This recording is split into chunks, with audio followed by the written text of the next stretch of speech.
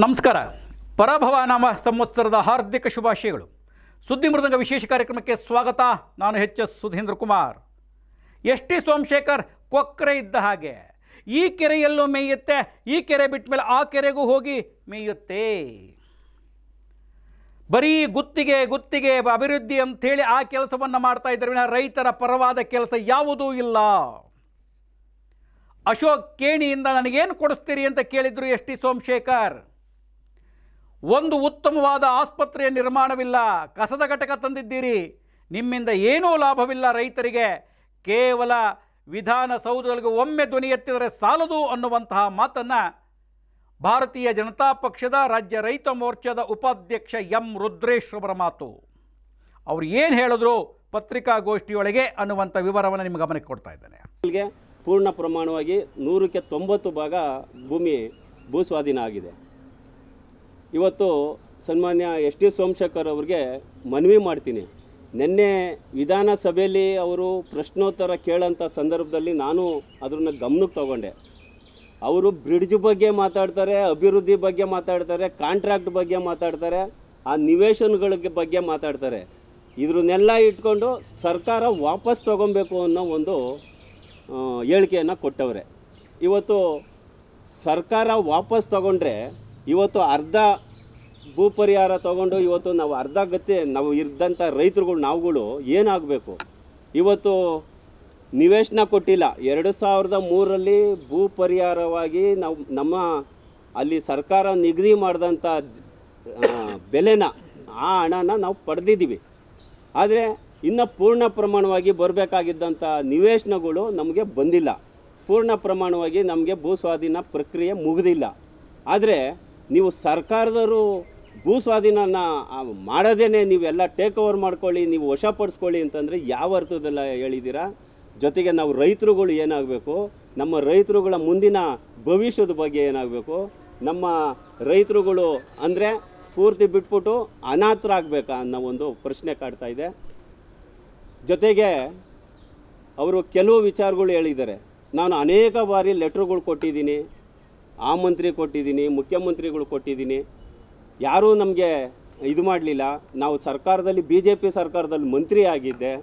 ಜೊತೆಗೆ ಸಿ ಪಾಟೀಲ್ ಅವರು ಅಧ್ಯಕ್ಷರಾಗಿದ್ದರು, ಗೋವಿಂದ ಕಾರಜೋಳ ಅವರು ಅಧ್ಯಕ್ಷರಾಗಿದ್ದರು. ಸ್ವಾಮಿ, ಸನ್ಮಾನ್ಯ ಯಡಿಯೂರಪ್ಪನವರು ಮುಖ್ಯಮಂತ್ರಿ ಆದಂಥ ಸಂದರ್ಭದಲ್ಲಿ ನಾನು ಕೂಡ ಈ ನಮ್ಮ ರೈತರು ಮನವಿಗೆ, ನಮ್ಮ ಸೋಂಪುರ ಸುತ್ತಮುತ್ತ ಇರ್ತಕ್ಕಂಥ ರೈತರು ಮನವಿಗೆ ಎಲ್ಲ ಸ್ವೀಕಾರ ಮಾಡಿ ಯಡಿಯೂರಪ್ಪನವ್ರು ಗಮನಕ್ಕೆ ತಂದು ನಾವು ಕಮಿಟಿ ಮಾಡಿದ್ವಿ. ಆ ಕಮಿಟಿ ಮಾಡೋಂಥ ಸಂದರ್ಭದಲ್ಲಿ ನೀವು ಎಲ್ಲೋಗಿದ್ರ?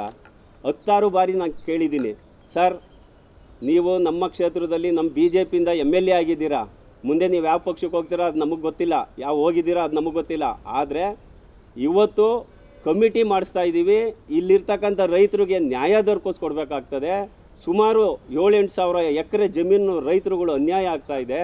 ನೀವು ಈ ಕಮಿಟಿಲಿ ಭಾಗವಹಿಸಿ ರೈತರಿಗೆ ನ್ಯಾಯ ದೊರಕಿಸ್ಕೊಡಿ ಅಂತ 10 ಬಾರಿ ಕೇಳಿದ್ದೀನಿ. ನೀವು ಎಷ್ಟು ಕಮಿಟಿಗೆ ನೀವು ಭಾಗವಹಿಸಿದ್ದೀರಾ? ನೀವು ಎಷ್ಟು ಕಮಿಟಿಲಿ ನೀವು ಉತ್ತರ ಕೊಟ್ಟಿದ್ದೀರಾ?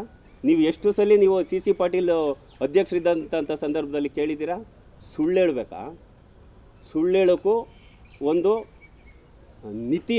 ಇತಿಮಿತಿ ಇರುತ್ತೆ. ದಯಮಾಡಿ ನಮ್ಮ ಕ್ಷೇತ್ರದ ಯಶವಂತಪುರ ಕ್ಷೇತ್ರದ ಜನರಿಗೆ ಅಪಮಾನ ಮಾಡಬೇಡ್ರಿ. ಈಗಾಗಲೇ ಅಪಮಾನ ಮಾಡಿದ್ದೀರಾ. BJPಲಿ ಗೆದ್ದು ನೀವು ಕಾಂಗ್ರೆಸ್ಸಲ್ಲಿ ನಿಂತ್ಕೊಂಡು ನೀವು ಎಲ್ಲ ಅಭಿವೃದ್ಧಿ ಕೆಲಸ ಮಾಡೋಕ್ಕೆ ನಮಗೆ ಗೊತ್ತಿಲ್ಲದೆ ವೋಟ್ ಹಾಕಿರ್ತಕ್ಕಂಥ ಜನರು ಮೋಸ ಮಾಡಿ ನೀವು ಆಟ ಆಡ್ತಾ ಇದ್ದೀರಾ. ಅದೇ ರೀತಿ ವಿಧಾನಸಭೆಯಲ್ಲಿ ನಿಂತ್ಕೊಂಡು ನೀವು 10 ಕೋಟಿ ವಸೂಲಿ ಮಾಡ್ತಾ ಇದ್ದೀರಾ ಅಂತ ನೀವು ನೇರವಾಗಿ ಮಾಡಿದ್ದೀರಾ. ನೀವು 10 ಕೋಟಿ ವಸೂಲಿ ಮಾಡ್ತಾ ಇರ್ತಕ್ಕಂಥ ನೈಸ್ ಸಂಸ್ಥೆ ಮೇಲೆ ನೀವು ನಾಳೆ ಬೆಳಿಗ್ಗೆ ಬನ್ನಿ. 10 ಕೋಟಿ ದಿನಕ್ಕೆ ವಸೂಲಿ ಮಾಡ್ತಾ ಇದ್ದಂಥ ಸಂದರ್ಭದಲ್ಲಿ ನಮ್ಮ ರೈತರಿಗೂ ಅದ್ರಲ್ಲಿ ಬರ್ತಕ್ಕಂಥ ಆದಾಯದಲ್ಲಿ ಕೊಡಿಸಿ, ನಾವೆಲ್ಲ ನಿಮ್ಮ ಜೊತೆ ಬರ್ತೀವಿ. ಯಾಕೆ ಸುಳ್ಳು ಹೇಳ್ತೀರಾ ನೀವು? ಸನ್ಮಾನ್ಯ ದೇವೇಗೌಡರು ಒಂದು 3-4 ದಿವಸ ಹಿಂದೆ ಹೇಳಿದ್ದಾರೆ, 2 ರಿಂದ 3 ಕೋಟಿ ರೂಪಾಯಿ, 2.5 ಕೋಟಿಯಿಂದ 3 ಕೋಟಿ ರೂಪಾಯಿ ದಿನನಿತ್ಯ ವಸೂಲಿ ಮಾಡ್ತೀರಾ ಅಂತ. ದೇವೇಗೌಡರು ಹೇಳಿದ್ದು ನಿಜನಾ? ನೀವು ಹೇಳಿರೋದು ನಿಜನಾ? ಯಾಕೆ ಇನ್ನೊಬ್ಬರ ಮೇಲೆ ನೀವು ಸುಳ್ಳು ಹೇಳ್ತಾ ಇದ್ದೀರಾ? ಜನರಿಗೆ ಕಣ್ಣು ಒರೆಸೋಕ್ಕೆ ಹೋಗಬೇಡಿ, ಸುಳ್ಳು ಹೇಳೋಕ್ಕೆ ಹೋಗಬೇಡಿ. ರೈತರ ಪರವಾಗಿ ನೀವು ಹೋರಾಟ ಮಾಡಿ. ನೀವು ಹೇಳ್ತಾ ಇರೋದು 2013ರಿಂದ ನೀವು ಈ ಭಾಗದಲ್ಲಿ ಶಾಸಕರಾಗಿದ್ದೀರಾ. ಎಷ್ಟು ಬಾರಿ ಈ ನೈಸ್ ಸಂಸ್ಥೆಗೆ ಹೋಗಿರ್ತಕ್ಕಂಥ ರೈತರುಗಳ್ನ ಸಮಸ್ಯೆ ಅಲ್ಲೈಸಿದ್ದೀರಾ? ನಾವೇ ರೈತರುಗಳು 10 ಬಾರಿ ನಾವು ಕೇಳಿದ್ವಲ್ಲ, ಇದ್ರ ಬಗ್ಗೆ ಏನಾದರೂ ಮಾತಾಡೋಕ್ಕೆ ಬಂದ್ರಾ? ಅದರಿಂದ ನನಗೇನು ಲಾಭ ಅಂತ ನನ್ನ ಹತ್ರನೇ ಪ್ರಶ್ನೆ ಮಾಡಿಸ್ತೀರಾ. ನೀನು ನೈಸ್ ಕಂಪ್ನಿಗೆ ಸಪೋರ್ಟ್ ಮಾಡ್ತಾ ಇದೆಯಾ? ನೀನು ನೈಸ್ ಕಂಪ್ನಿಲಿ ನೀನು ಏನು ಕೊಡಿಸ್ತೀಯ ಅಂತ ಕೇಳ್ತೀಯಲ್ಲ, ನೀವು ಒಬ್ಬರು ಶಾಸಕರ? ನಾವು ಅದಕ್ಕೆ ನೀವು ರೈತರುಗಳ್ನೆಲ್ಲ ಸೇರಿ ನಿಮ್ಮನ್ನು ಗೆಲ್ಸಿದ್ದು. ಸನ್ಮಾನ್ಯ ಸೋಮಶೇಖರ್ ಅವರೇ, ಈ ಒಂದು Sompura, Yamgepura, Varasandra, BM Kaulu, Gollahalli survey number ಇರ್ತಕ್ಕಂಥ ಈ ರೈತರುಗಳ ಮನವಿ ಇಷ್ಟೇ, ನೀವು ಯಾವತ್ತೂ ನಮ್ಮ ಸಮಸ್ಯೆನ ಆಲೈಸಿಲ್ಲ. ನೈಸ್ ಕಂಪ್ನಿಲಿ ನಮ್ಮ ಪರವಾಗಿ ಯಾವತ್ತೂ ನೀವು ಹೋರಾಟ ಮಾಡಿಲ್ಲ. ನೈಸ್ ಕಂಪ್ನಿಲಿ ನೀವು ಇಷ್ಟು ಪರಿಹಾರ ಕೊಡಿ ಅಂತ ಯಾವತ್ತೂ ನೀವು ಗಟ್ಟಿಯಾಗಿ ಕೇಳಿಲ್ಲ. ನೀವು ಸುಳ್ಳು ಹೇಳಬೇಡಿ. ನೀವು 10 ಕೋಟಿ ನೀವು ವಸೂಲಿ ಮಾಡ್ತಾಯಿದ್ರೆ, ನೀವು ಸರ್ಕಾರದಲ್ಲಿ, ನೀವು ದೇಗುಲದಲ್ಲಿ ನೀವು ಒಂದು ಸ್ಟೇಟ್ಮೆಂಟ್ ಕೊಟ್ಟಿದ್ದೀರಾ, ಅಲ್ಲಿ ಸೆಷನ್ನಲ್ಲಿ ನೀವು ಉತ್ತರ ಕೇಳಿದ್ದೀರಾ. ಅವರೇನಾದರೂ 10 ಕೋಟಿ ಮಾಡ್ತಾಯಿದ್ರೆ, ನೀವು ಸರ್ಕಾರದಲ್ಲಿ ಮುಖ್ಯಮಂತ್ರಿಗಳಿದ್ದಾರೆ, ನಿಮ್ಮವರೇ ಆದಂಥ ಮುಖ್ಯಮಂತ್ರಿಗಳು, ನೀವೇ ಹೇಳ್ದಂಥ ಮುಖ್ಯಮಂತ್ರಿಗಳು, ನೀವು ಅವ್ರಿಗೆ ಸಪೋರ್ಟ್ ಮಾಡ್ತಾ ಇರ್ತಕ್ಕಂಥ ಮುಖ್ಯಮಂತ್ರಿಗಳು, ಅವ್ರ ಮುಖಾಂತರ ಕರೆದಿ ಇಲ್ಲಿ ಸೋಂಪುರದಲ್ಲಿ ಏನು ಅನ್ಯಾಯ ಆಗ್ತಾಯಿದೆ, ರೈತರಿಗೆ ಏನು ಅನ್ಯಾಯ ಆಗ್ತಾಯಿದೆ, ಏನು ಆಗಿದೆ, ಇಲ್ಲಿರ್ತಕ್ಕಂಥ ಸ್ಥಳೀಕರಿಗೆ ಏನೇನು ತೊಂದರೆ ಆಗಿದೆ. ಯಾಕೆಂದರೆ ನೀವು ಸ್ಥಳೀಕರಲ್ಲ ಅನ್ನೋದು ನಮ್ಗೆ ಈಗಾಗಲೇ ಜಾಹೀರಾಗಿದೆ. ನೀವು ಸ್ಥಳೀಕರಾಗಿದ್ದರೆ ನಮ್ಮ ರೈತರುಗಳ ಸಮಸ್ಯೆ ಗೊತ್ತಾಗಿರೋದು. ನೀವು ಸ್ಥಳೀಯವಾಗಿ ನೀವು ಶಾಸಕರಾಗಿ ನೀವು ಪ್ರತಿಯೊಬ್ಬ ಮನುಷ್ಯಂದು ನಿಮ್ಗೆ ಅರ್ಥ ಆಗಿದ್ದರೆ, ನೀವು ಈ ಕ್ಷೇತ್ರದ ಜನರ ಬಗ್ಗೆ ನೀವು ಕಾಳಜಿ ವಹಿಸ್ತಾ ಇದ್ದೀರಾ. ನೀವು ಹೊಸ್ದಾಗಿ ಅಂಗಡಿ ಓಪನ್ ಮಾಡೋಕ್ಕೆ ಬಂದಿದ್ದೀರಾ, ಆ ಅಂಗಡಿ ಯಾವತ್ತು ಕ್ಲೋಸ್ ಆಗ್ತದೋ ಗೊತ್ತಿಲ್ಲ. ನೀವು ಒಂಥರ ಕೊಕ್ಕರೆ ಇದ್ದಂಗೆ, ಈ ಕೆರೆಯಲ್ಲೂ ಮೇಯ್ತೀರಾ, ಇನ್ನೊಂದು ಕೆರೆಯಲ್ಲೂ ಮೇಯ್ತೀರಾ. ಈ ಕೆರೆಯಲ್ಲಿ ಆಗಿಲ್ಲ ಅಂದರೆ ಇನ್ನೊಂದು ಕೆರೆಗೆ ಹೋಗೋಂಥ ಕೊಕ್ಕರೆ ಥರ ನೀವು. ಹೊಸ ಸಂವತ್ಸರ ಪರಾಭವ ನಾಮ ಸಂವತ್ಸರದ ಹಾರ್ದಿಕ ಶುಭಾಶಯಗಳು. ಅನಿಲ್ ಚಳಗೇರಿ, ನಿಕಟಪೂರ್ವ ಅಧ್ಯಕ್ಷರು, ಯಶವಂತಪುರ ನಗರ ಮಂಡಲ, ಭಾರತೀಯ ಜನತಾ ಪಕ್ಷ. ಯುಗಾದಿ ಹಬ್ಬದ ಹಾರ್ದಿಕ ಶುಭಾಶಯಗಳು. ನೂತನ ಸಂವತ್ಸರ ಸರ್ವರಿಗೂ ಒಳಿತನ್ನು ಉಂಟುಮಾಡಲಿ, ಶಾಂತಿ ನೆಮ್ಮದಿ ದೊರಕಲಿ. ಶುಭ ಕೋರುವವರು ವಿವಿ ಸತ್ಯನಾರಾಯಣ, ಮಾಜಿ ಸದಸ್ಯರು, ಬಿಬಿಎಂಪಿ ಹಾಗೂ ಬಿಜೆಪಿ ಮುಖಂಡರು. ಅಜುಭವನ ತರಕ್ಕಾಗ್ತದೆ ನಿಮ್ಮ ಮುಖ್ಯಮಂತ್ರಿಗಳಿಗೆ ಹೇಳಿ. ಒಂದು IT-BT ಕಂಪ್ನಿ ತರೋಕ್ಕಾಗಲ್ವಾ? ಒಂದು ಒಳ್ಳೆಯ ಆಸ್ಪತ್ರೆ ತರೋಕ್ಕಾಗಲ್ವಾ? ಇಲ್ಲಿರ್ತಕ್ಕಂಥ ಕಸಿನ ಘಟಕಗಳನ್ನ ಇಲ್ಲಿ ಉಪಯೋಗಿಸ್ಕೊಂಡು ಕ್ಯಾನ್ಸರ್ ಆಸ್ಪತ್ರೆ ಆದರೂ ತರಿಸಿ. ಮುಂದೆ ಕ್ಯಾನ್ಸರ್ಗಳು ಜಾಸ್ತಿ ಆಗ್ತಾ ಇದ್ದಾವೆ. ನಮ್ಮೂರಲ್ಲಿ 12 ಜನ ಸತ್ತಿದ್ದಾರೆ ಈ ಕಸಿನ್ ಘಟಕ ಆದಮೇಲೆ. ಸೋಮಶೇಖರ್ ಅವರೇ, ನೀವು ಕಸಿನ್ ಘಟಕ ತಂದು ನಮ್ಮ ಸುತ್ತಮುತ್ತ ಒಂದು 20 ಜನ ಸತ್ತವ್ರೆ ಕ್ಯಾನ್ಸರ್ ಬಂದು ನಮ್ಮೂರಲ್ಲಿ. ಹಾಗಾಗಿ ಕಸಿನ್ ಘಟಕನ ಅಂಥ ಜನಕ್ಕೆ ಮಾರಕ ಆಗೋಂಥವ್ರನ್ನೆಲ್ಲ ನೀವು ತರಬೇಡಿ. ಅಜುಭವನ ಅಂತ ಮುಸಲ್ಮಾನರದು ಇಲ್ಲಿ ಕಮ್ಮಿ ಇರೋದ್ರಿಂದ ಅದ್ರನ್ನ ಯಾಕೆ ತಗೊಂಬಂದು ಇಲ್ಲಿ ಹಾಕ್ತೀರಾ? ನಮ್ಮ ಹಿಂದೂಗಳಿಗೆ ಧಕ್ಕೆ ತತ್ತೀರಾ? ನನಗೂ ಗೊತ್ತಿಲ್ಲ ಅದು. ನನ್ನ ಹತ್ರನೇ ಕೇಳಿದ್ರು, ನನಗೂ ಗೊತ್ತಿಲ್ಲ ಅದು. ನಾನು MLA ನಾನು ಶಾಸಕ ಆಗಿದ್ದೀನಿ. ನಾನು ಡೆವಲಪ್ಮೆಂಟ್ ಮಾಡ್ತೀನಿ. ಕಮಿಟಿಲಿ ಬಂದರೆ ಕಮಿಟಿಲಿ ಮಾತಾಡ್ತೀನಿ. ನಾನು ಅಷ್ಟಕ್ಕೆ ಮಾತ್ರ ಸೀಮಿತ, ಬೇರೆ ಇದಕ್ಕೆ ಸೀಮಿತ ಅಲ್ಲ ಅಂತ ಹೇಳಿದ್ರು. ಎರಡನೇದು, ಇನ್ನೊಂದು ಪ್ರಶ್ನೆ, ನಾನೇ ಮನವಿ ಮಾಡಿ ಸನ್ಮಾನ್ಯ ಯಡಿಯೂರಪ್ಪನವ್ರಿಗೆ ಮನವಿ ಮಾಡಿ, ಇವ್ರಿಗೆ ನಮ್ಮ ಬಸವರಾಜ ಬೊಮ್ಮಾಯಿ ಅವ್ರಿಗೆ ಮನವಿ ಮಾಡಿ, ಅವ್ರು ಕಾನೂನು ಸಚಿವರಾಗಿದ್ದರು. ಇದೊಂದು ಕಮಿಟಿ ಮಾಡಿ ಇಲ್ಲಿ ಆಗಿರ್ತಕ್ಕಂಥ ಅನ್ಯಾಯನ ಸರಿಪಡಿಸಿ, ಕಮಿಟಿ ಮಾಡಿ ಸರಿಪಡಿಸಿ ಅಂದಾಗ ಎಸ್ ಟಿ ಸೋಮಶೇಖರ್ ಅವರು ಆ ಕಮಿಟಿಗೆ ಅವ್ರು ಬರಲಿಲ್ಲ. ಮಾನ್ಯ ಶಾಸಕರೇ ಬರಬೇಕೇ ಹೊರತು ಮಾನ್ಯ ಸಚಿವರೇ ಬರಬೇಕೇ ಹೊರತು ಆ ಕಮಿಟಿಗೆ ನಾವುಗಳು ಯಾರೂ ಅಲೋ ಇರಲ್ಲ, ಪ್ರವೇಶ ಇರಲ್ಲ, ನಮ್ಮ ಹೇಳಿಕೆ ತಗೊಳಲ್ಲ. ರೈತರುಗಳು ಅಂತ ಬಂದಾಗ ನಮ್ಮ ಹೇಳಿಕೆ ತಗೊಬೋದು, ಅದನ್ನ ಮಾಡೋಕ್ಕೆ ಬಿಡಲಿಲ್ಲ. ರೈತರುಗಳು ಅಂತ ಬಂದಾಗ ನಮ್ಗೆ ಕರೆದಿರಿ, ನಾವು ಮಾತಾಡಿವ, ನಮ್ಗೆ ಮಾಡೋಕ್ಕೆ ಬಿಡಲಿಲ್ಲ. ಅದು ಗೊತ್ತಿಲ್ಲ. ಮೋಸ್ಟ್ಲಿ ಅವರು ಬ್ರಿಡ್ಜು ಲೇಔಟು ಇದ್ರದ್ದೆಲ್ಲ ತೋರ್ಸೋಕೋದು. ಇವತ್ತು ಕೆಂಪೇಗೌಡ ಲೇಔಟಲ್ಲಿ ಮತ್ತು BDಯಲ್ಲಿ ಅವರ ಒಂದು ಹಿಂಬಾಲಕರೇ ಕಾಂಟ್ರಾಕ್ಟ್ಗಳು ಇದ್ದಾರಲ್ಲ, ಅದ್ರನ್ನೇನಾದರೂ ಮಾಡ್ಕೊಳಕ್ಕೆ ಏನಾದರೂ ಹೊರಟಿದಾರೋ ಏನೋ ಗೊತ್ತಿಲ್ಲ. ಅಶೋಕಿಣಿ ಅವ್ರಿಗೆ ಬ್ಲಾಕ್ ಮೇಲ್ ಏನಾದರೂ ಮಾಡಿ ಅವಾಗ ಕಾಂಟ್ರಾಕ್ಟ್ ಕೆಲಸ ತಗೊಳಕೋ ಇಲ್ಲ ಮತ್ತೊಂದು ಏನೋ ಲಾಭ ಮಾಡ್ಕೊಳಕೋನೋ ಇರ್ಬೋದು. ಇಷ್ಟು ದಿನ ಇಲ್ದಿದ್ದು ಇವತ್ತು ಯಾಕೆ ಬಂತು? ರೈತರ ಬಗ್ಗೆ ಮಾತಾಡಿಲ್ಲ. ಭೂಮಿನ ಸರ್ಕಾರ ವಶಪಡಿಸ್ಕೊಂಬಿಡಿ. ನಾವೇನು ಕತ್ತೆ ಕೈಯನ್ನ ಗೆಣಸ್ಕೋತಾನ? ನಮ್ಮ ಜಮೀನು ಸರ್ಕಾರ ವಶಪಡಿಸ್ಕೊಂಬಿಟ್ರೆ, ನಮಗೆ ಪರಿಹಾರ ಕೊಡ್ದಿರ ವಶಪಡಿಸ್ಕೊಂಬಿಟ್ರೆ ನಾವೆಲ್ಲಿ ಹೋಗೋಣ? ಶೇಖರ್ ಹೇಳಿದ್ದು ಲೇಔಟ್ ಮಾಡ್ತಾ ಇದ್ದಾರೆ ಅಂತ. ಆ ಲೇಔಟಲ್ಲಿ ಇವ್ರು ಭಾಗಿಯಾಗಕ್ಕೆ ಏನಾದರೂ ಆ ವಿಚಾರ ಎತ್ತಿ ಸಹಾಯ ಮಾಡ್ಬೋದು ಅನ್ನೋ ಬ್ಯಾಕ್ ಸಪೋರ್ಟ್, ಅದು ನಮಗೆ ಗೊತ್ತಿಲ್ಲ. ನಾವು ಹೇಳ್ತಾ ಇರೋದು, ನಾವೇನು ದುಡ್ಡು ತೊಗೊಂಡಿದ್ದೀವಿ, ನಾವೇನು ಅನ್ಯಾಯ ಆಗಿದ್ದೀವಿ, ಫಸ್ಟು ನಮಗೆ ಸರಿಪಡಿಸಿ, ನಂತರ ನೀವು ಮುಂದಕ್ಕೆ ಹೋಗಿ, ಸರ್ಕಾರ ಅನುಮತಿ ಕೊಡಲಿ. ಇದಾದ ಮೇಲೆ ಈ ಕ್ಷೇತ್ರದ ಶಾಸಕ ಎಸ್ ಟಿ ಸೋಮಶೇಖರ್ ಅವರು ಕೆ ಗೊಲ್ಲಹಳ್ಳಿಯ ಪಂಚಾಯಿತಿಯಲ್ಲಿ ನಡೆದಂಥ ಕಾರ್ಯಕ್ರಮವೊಂದರಲ್ಲಿ ತುಂಬ ಗರಂ ಆಗಿ ಮಾತನಾಡಿದ್ದಾರೆ. ನಾನು ಯಾರ ಮುಲಾಜಿನಲ್ಲೂ ಕೆಲಸ ಮಾಡ್ತಾ ಇಲ್ಲ, ಸೇವೆ ದೃಷ್ಟಿಯಿಂದ ನನಗೆ ರೈತರ ಹಿತ ಮುಖ್ಯವಾಗಿ ಕೆಲಸವನ್ನು ಮಾಡ್ತಾ ಇದ್ದೇನೆ. ಮಾತನಾಡುವಾಗ ಎಚ್ಚರದಿಂದ ಮಾತನಾಡಬೇಕು. ನಿನ್ನಂಥ ಚಿಲ್ಲರೆಗಳಿಗೆ ಉತ್ತರ ಕೊಡಬೇಕಾದ ಅಗತ್ಯತೆ ನನಗಿಲ್ಲ. ಈ ರೀತಿಯಾಗಿ ರುದ್ರೇಶ್ ಅವರ ಮಾತಿಗೆ ಕೌಂಟರ್ ಕೊಟ್ಟದ್ದು ಎಸ್ ಟಿ ಸೋಮಶೇಖರ್. ನಾನು ಮಾಡಿರುವ ಕೆಲಸಗಳ ಪಟ್ಟಿಯನ್ನು ಇನ್ನು ಗಮನಿಸು. ನಾನು ಬಂದದ್ದಕ್ಕೆ ಯಡಿಯೂರಪ್ಪ ಮುಖ್ಯಮಂತ್ರಿ ಆದರು, ನಾನು ಬಂದಿದ್ದಕ್ಕೆ ನಿನಗೆ ಗೂಟದ ಕಾರು ಸಿಕ್ತು ಅನ್ನುವ ಎಚ್ಚರಿಕೆ ಇರಲಿ. ಒಂದು ವಾರ್ಡಿನ ಅಧ್ಯಕ್ಷರ ನೇಮಕ ಮಾಡಲಾಗದ ದುಸ್ಥಿತಿ ಈ ರುದ್ರೇಶನದು. ಅವ್ರ ಹೆಸರು ಹೇಳಲಿಲ್ಲ, ರುದ್ರೇಶನನ್ನೇ ಉದ್ದೇಶ ಹೇಳಿದಂಥದ್ದು. ತಾಕತ್ತಿದ್ರೆ ನೀನು ಟಿಕೆಟ್ ತೊಗೊಂಬಂದು ನಿಂತ್ಕೊಂಡು ನೋಡು. ನನ್ನನ್ನು ಬಿ ಜೆ ಪಿಯವರು ಉಚ್ಚಾಟಿಸಿರ್ಬೋದು, 2 ದಿವಸ ಉಚ್ಚಾಟನೆ ರದ್ದುಪಡಿಸಿ ಮತ್ತೆ ಬಂದು 2028ಕ್ಕೆ ಬಿ ಜೆ ಪಿನ ನಾನು ಸ್ಪರ್ಧಿಸಬಲ್ಲೆ, ಗೆಲ್ಲಬಲ್ಲೆ, ನಿಂಗೆ ತಾಕತ್ತಿದ್ರೆ ಬಾ ನೀನು ಅಂಥೇಳಿ ಸವಾಲು ಹಾಕಿದ್ದಾರೆ. ಇಬ್ಬರು ಏನು ಹೇಳೋದು ಅಂತ ಪೂರ್ಣ ಪ್ರಮಾಣದ ವರದಿಯನ್ನು ನಿಮ್ಮ ಗಮನಕ್ಕೆ ಕೊಡ್ತಾ ಇದ್ದೇನೆ. ಯಾವತ್ತು ನೈಸಿ ಕೇಳಿ ಅಂತವರಿಗೆ ನಮ್ಮ ರೈತರ ವಿರುದ್ಧ ಯಾವತ್ತು ಕೇಣಿಗೆ ಸಪೋರ್ಟ್ ಮಾಡಿದಂತ ನಿದರ್ಶನ ಒಂದೇ ಒಂದು ಇಲ್ಲ. ಈ ಕ್ಷೇತ್ರದಲ್ಲಿ ಇರುವ ತನಕ, ಈ ಕ್ಷೇತ್ರದಲ್ಲಿ ಶಾಸಕನಾಗಿರುವ ತನಕ, ಉಸಿರಿರುವ ತನಕ ಇಂಥ ಕೇಣಿ ಪಾಣಿಯವರಿಗೆ, ಇಂಥ ಚಿಲ್ಲರೆಗಳಿಗೆ ಎದುರುಕೊಳ್ಳುವ ಮನುಷ್ಯನೇ ಅಲ್ಲ ನಾನು. ನನ್ಗೇನು ಮಾಡೋಕ್ಕಾಗೋದಿಲ್ಲ. 4 ಸಾರಿ ಶಾಸಕನಾಗಿದ್ದೇನೆ, ಮಂತ್ರಿ ಆಗಿದ್ದೇನೆ, 2 ಸಾರಿ ಸೋತಿದ್ದೇನೆ, ಸೋತು ನೋಡಿದ್ದೇನೆ, ಶಾಸಕ ನೋಡಿದ್ದೇನೆ, ಮಂತ್ರಿಯಾಗಿ ನೋಡಿದ್ದೇನೆ. ಈ ಕ್ಷೇತ್ರದಲ್ಲಿ ಡೆವಲಪ್ಮೆಂಟ್ ಕೂಡ ಮಾಡ್ತಾ ಇದ್ದೇನೆ. 209 ಕೋಟಿ ಸೂಪರ್ ಸ್ಪೆಷಾಲಿಟಿ ಹಾಸ್ಪಿಟಲ್ ಮಾಡ್ತಾ ಇದ್ದೇನೆ. ಲಿಂಕ್ಡಿನಲ್ಲಿ ಕಸದ ಘಟಕ ತಂದವರಾರ್ರಿ. 6 ವರ್ಷಕ್ಕೂ ಜಮೀನು ಕೊಟ್ಟರು, ಶೋಭಾ ಕರಂದಲ್ಲೇ ಜಮೀನು ಕೊಟ್ಟರು. ನಾನ್ ಜಮೀನು ಕೊಟ್ಟ. ಕೆಂಗೇರಿಲಿ ಚುಂಚುಂಗುಪ್ಪೆ ಕಸದ ಘಟಕ ನಾನ್ ತಂದ. ಅದು ಬಂದು 25 ವರ್ಷ ಆಗಿದೆ. ಸುಬ್ರಾಯ್ ಪಾಳಿದು ಕಸದ ಘಟಕ ಯಾರಿಂದ ಆಯ್ತು? ಎಂಜೆಪುರ ನಾನ್ ಕೊಟ್ಟನ ಜಮೀನು 9 ಎಕರೆ. ದೊಡ್ಡಬೀದರ್ಕಲ್ ಕಸದ ಘಟಕ ನಾನ್ ಕೊಟ್ಟನ 6 ಎಕರೆನ. ಕನ್ನಲ್ಲಿದು 25 ಎಕರೆ ಯಾರು ಕೊಟ್ಟರು? ನಾನ್ ಕೊಟ್ಟನ. ಮಾತಾಡುವಾಗ ಅನ್ನ ತಿಂದು ಮಾತಾಡಬೇಕು, ಹೇಳ್ತೀನಿ ಮಾತನಾಡಬಾರದು. ಯಾವ ಕಸದ ಘಟಕನೂ ಕೂಡ ಆ ಕಸದ ಘಟಕಕ್ಕೆ ಒಂದೇ ಜಮೀನು ನಾನ್ ಕೊಡ್ಲಿಲ್ಲ ರೀ. ನಾನು 2013ಕ್ಕೆ ಶಾಸಕ ಬಂದಂತ ಸಮಯದಲ್ಲಿ ಕಸದ ಘಟಕಕ್ಕೆ ಓಪನ್ ಮಾಡ್ತಕ್ಕಂಥದ್ದಕ್ಕೆ ಆದೇಶ ಮಾಡಿದ್ರು. ಅದಕ್ಕಿಂತ ಮುಂಚೆ ಈ 4 ಕಸದ ಘಟಕ ಯಾರು ಕೊಟ್ಟದ್ದು? ಯೋಗ್ಯರೇ ಕೊಟ್ಟದ್ದು. ನಾನ್ ಕೊಟ್ಟನ. 209 ಕೋಟಿ ಸೂಪರ್ ಸ್ಪೆಷಾಲಿಟಿ ಹಾಸ್ಪಿಟಲ್ ಆಗ್ತಾ ಇದೆ.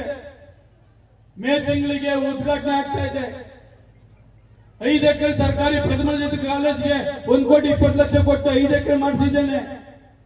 17 ಕೋಟಿ ಕೊಟ್ಟು ಡಯಾಲಿಸಿಸ್ ಕೇಂದ್ರ ಮಾಡಿಸಿದ್ದೇನೆ. 1 ಕೋಟಿ 75 ಲಕ್ಷ ಕೊಟ್ಟು ಹೆರಿಗೆ ಹಾಸ್ಪಿಟಲ್ ಕೊಂಗೊಟ್ಟ 3/4 ಎಕರೆ ಅದು ಮಾಡಿಸ್ತಾ ಇದ್ದೇನೆ. ಕಾವೇರಿ ನೀರು 5ನೇ ಸ್ಟೇಜ್ ಎಂಟೈರ್ ಕಾನ್ಸ್ಟಿಟ್ಯೂನ್ಸಿಗೆ ಕಾವೇರಿ ನೀರಿನ 5th ಸ್ಟೇಜ್ ಕೊಡ್ತಕ್ಕಂಥದ್ದು ಮಾಡ್ತಾ ಇದ್ದೇವೆ. ಎಂಟೈರ್ ಯಶವಂತಪುರ ಕ್ಷೇತ್ರ ಏನೆಲ್ಲ ಡೆವಲಪ್ಮೆಂಟ್ ಮಾಡಬಹುದು ಅದನ್ನ ಪ್ರಾಮಾಣಿಕವಾಗಿ ಮಾಡ್ತಾ ಇದ್ದೇನೆ. ಯಾರಾದ್ರೂ ಪ್ರೆಸ್ ಮೀಟ್ ಮಾಡಲಿ ವಿರುದ್ಧ ನನಗೇನು ಅದರದ್ದು ಬೇಜಾರಿಲ್ಲ. ಸುಳ್ಳು ಹೇಳ್ತಾ ಇದ್ದೀನಿ. ಇರ್ತಕ್ಕಂಥ ನೈಸ್ ವಿಚಾರದಲ್ಲಿ ಅವತ್ತಿನ ಹೇಳ್ತಾ ಇದ್ದೀನಿ, ಇವತ್ತು ಅದನ್ನ ಹೇಳ್ತಾ ಇದ್ದೀನಿ. ಯಾವತ್ತು ನಾನು ರೈತ ವಿರುದ್ಧ ಯಾವತ್ತು ಈ ಕ್ಷೇತ್ರದಲ್ಲಿ ಇಲ್ಲ, ಮುಂದೆನೂ ಕೂಡ ಇಲ್ಲ. ಹೋಗಿ ನಾನೆಲ್ಲ ಇಲ್ಲಿ ಮನೆ ಕಟ್ಕೋತೀನಿ, ನನ್ನ ಮನೆಗೆ ರೋಡ್ ಬಿಡಪ್ಪ ಅಂತ ಕೇಳ್ತಕ್ಕಂಥದ್ದು ನನ್ನಲ್ಲಿ ಜಾಯಮಾನ ಇಲ್ಲ. ನಿಮಗೆ ತಾಕತ್ತಿದ್ರೆ, ನಿನಗೆ ತಾಕತ್ತಿದ್ರೆ ಈ ಚುನಾವಣೆಯಲ್ಲಿ ಟಿಕೆಟ್ ತಗೋ. ಯೋಗ್ಯತೆಗೆ ನಿಮ್ಮ ಬಿಜೆಪಿ ಪಕ್ಷದಲ್ಲಿ ಒಂದು ವಾರ್ಡ್ ಅಧ್ಯಕ್ಷನ ಮಾಡ್ಸಕ್ ನಿನ್ ಕೈಲಿ ಆಗ್ಲಿಲ್ಲ. ಒಂದು ವಾರ್ಡ್ ಅಧ್ಯಕ್ಷನ ಕೈಲಿ ನಿನ್ ಕೈಲಿ ಮಾಡ್ಲಿಕ್ಕೆ ಆಗ್ಲಿಲ್ಲ. ನೀನೊಬ್ಬ ಬಿಜೆಪಿ ಲೀಡರ್ ಅಂತೀನು. ನಾನು ಕಾಂಗ್ರೆಸ್ ಅಲ್ಲಿ ಇಲ್ಲ, ಇನ್ನು ಬಿಜೆಪಿಯಲ್ಲಿ ಇದ್ದೇನೆ. ಬಿಜೆಪಿಯಲ್ಲಿ ಇವತ್ತು ನನ್ನ ಎಕ್ಸ್ಪೆಲ್ ಮಾಡಿರ್ಬೋದು, ಇವತ್ತು ಬಿಜೆಪಿಯಲ್ಲಿ ನನ್ನ ಎಕ್ಸ್ಪೆಲ್ ಮಾಡಿರ್ಬೋದು. ನಾನು ಮನಸ್ಸು ಮಾಡಿದ 2 ದಿವಸದಲ್ಲಿ ಆ ಎಕ್ಸ್ಪೆನ್ಷನ್ ಕ್ಯಾನ್ಸಲ್ ಮಾಡಿ ಇದೇ ಮತ್ತೆ ಬಿಜೆಪಿ ಶಾಸಕನಾಗಿ ಬರ್ತೇನೆ. ನಿನ್ ಕೈ ತಾಕತ್ತಿದ್ರೆ ತಡೆಯೋ. ಇವತ್ತು ಕಾಂಗ್ರೆಸ್ ಪಕ್ಷದಲ್ಲಿ ನಾನು ಎಲ್ಲೇ ಇದ್ರು ಎಂಟೈರ್ 17 ಗ್ರಾಮ ಪಂಚಾಯತಿಗೆ ಅಧ್ಯಕ್ಷನ ನೇಮಕ ಆಗ್ತದೆ, 6 ಜನ ಬ್ಲಾಕ್ ಅಧ್ಯಕ್ಷನ ನೇಮಕ ಆಗ್ತದೆ.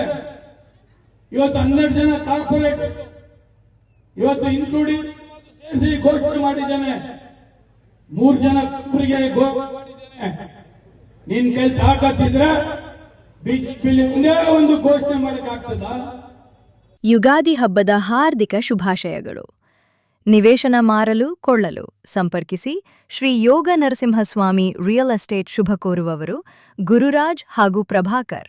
ಹೆಚ್ಚಿನ ಮಾಹಿತಿಗೆ ಸಂಪರ್ಕಿಸಿ 9844177364 789979995 ಎಲ್ರಿಗೂ ನಮಸ್ಕಾರ.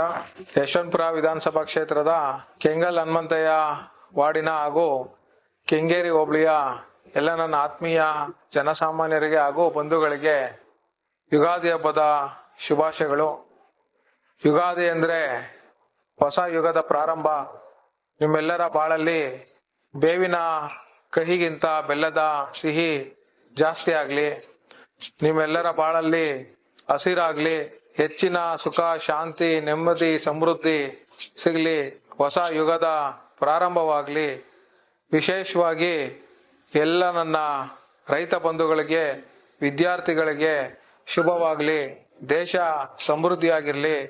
ಹಾಗೂ ವಿಶೇಷವಾಗಿ ಯಶವಂತಪುರ ವಿಧಾನಸಭಾ ಕ್ಷೇತ್ರದ ಜನಪ್ರಿಯ ಶಾಸಕರು ಆಗಿರ್ತಕ್ಕಂಥ ಎಸ್ ಟಿ ಸೋಮಶೇಖರ್ ಗೌಡ್ರು ಕ್ಷೇತ್ರದ ಅಭಿವೃದ್ಧಿಗೆ ಹಗಲಿರುಳು ದುಡಿತಾ ಇದ್ದಾರೆ.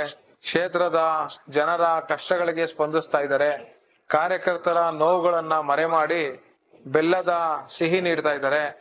ಅವ್ರಿಗೂ ಕೂಡ ತಾಯಿ ಚಾಮುಂಡೇಶ್ವರಿ ಹಾಗೂ ಕ್ಷೇತ್ರದ ಜನರ ಆರೈಕೆಯಿಂದ ಅವರ ಹಾಗೂ ಅವರ ಕುಟುಂಬಕ್ಕೆ ಹೆಚ್ಚಿನ ಆಯಸ್ಸು, ಆರೋಗ್ಯ, ಐಶ್ವರ್ಯವನ್ನು ನೀಡಲಿ ಅಂತ ನಾನು ವಿಶೇಷವಾಗಿ ಪ್ರಾರ್ಥನೆ ಮಾಡ್ತಾ, ಈ ಯುಗಾದಿ ಹಬ್ಬದಂದು ತಮ್ಮೆಲ್ಲರಿಗೂ ಒಳ್ಳೇದಾಗ್ಲಿ, ಹೊಸ ಯುಗದ ಪ್ರಾರಂಭವಾಗ್ಲಿ ಅಂತ ಪ್ರಾರ್ಥನೆ ಮಾಡ್ತೇನೆ.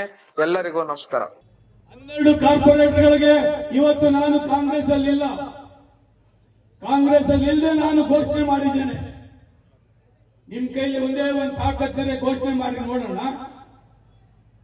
ನನ್ನನ್ನು ಕೆಣಕೋಕ್ ಹೋಗ್ಬೇಡಿ.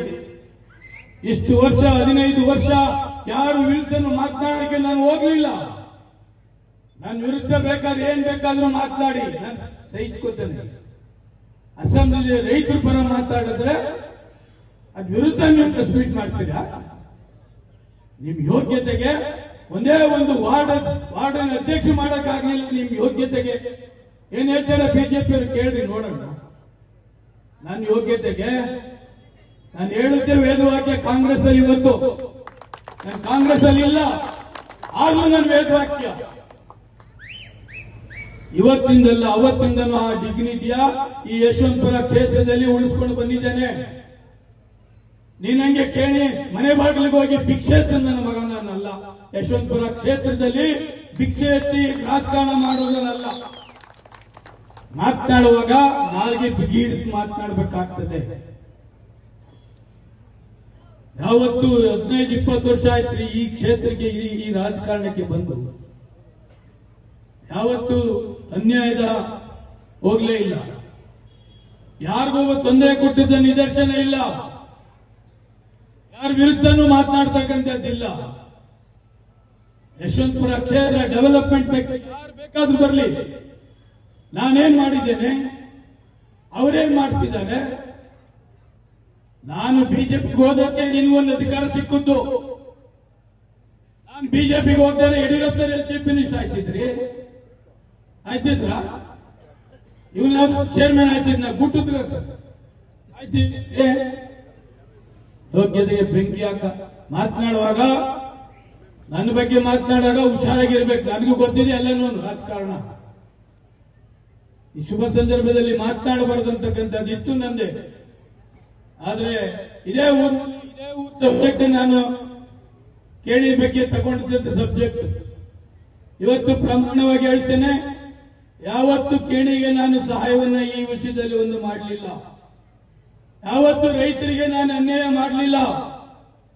ಅವತ್ತು ಹೋರಾಟ ಮಾಡ್ತಾ ಇದ್ದೇನೆ, ಇವತ್ತು ಹೋರಾಟ ಮಾಡ್ತಾ ಇದ್ದೇನೆ. ಮುಖ್ಯಮಂತ್ರಿ ಸಿದ್ದರಾಮಯ್ಯನವ್ರನ್ನ ಇದೆಲ್ಲ ತೋರಿಸಿ ನೀವು ಯಾವ ಕಾರಣಕ್ಕೂ ಸಹಾಯ ಮಾಡಬೇಡಿ ಸರ್, ಇದು ರೈತರಿಗೆ ಅನ್ಯಾಯ ಆಗ್ತಿದೆ, ರೈತರಿಗೆ ಸಾವಿರಾರು ಎಕರೆ ಲೂಟ್ ಮಾಡ್ತಿದ್ದಾನೆ, ಅದನ್ನು ಬ್ಯಾಡಿ ಅಂತಕ್ಕಂಥದ್ದನ್ನೇ ಹೇಳಿದ್ದೇನೆ.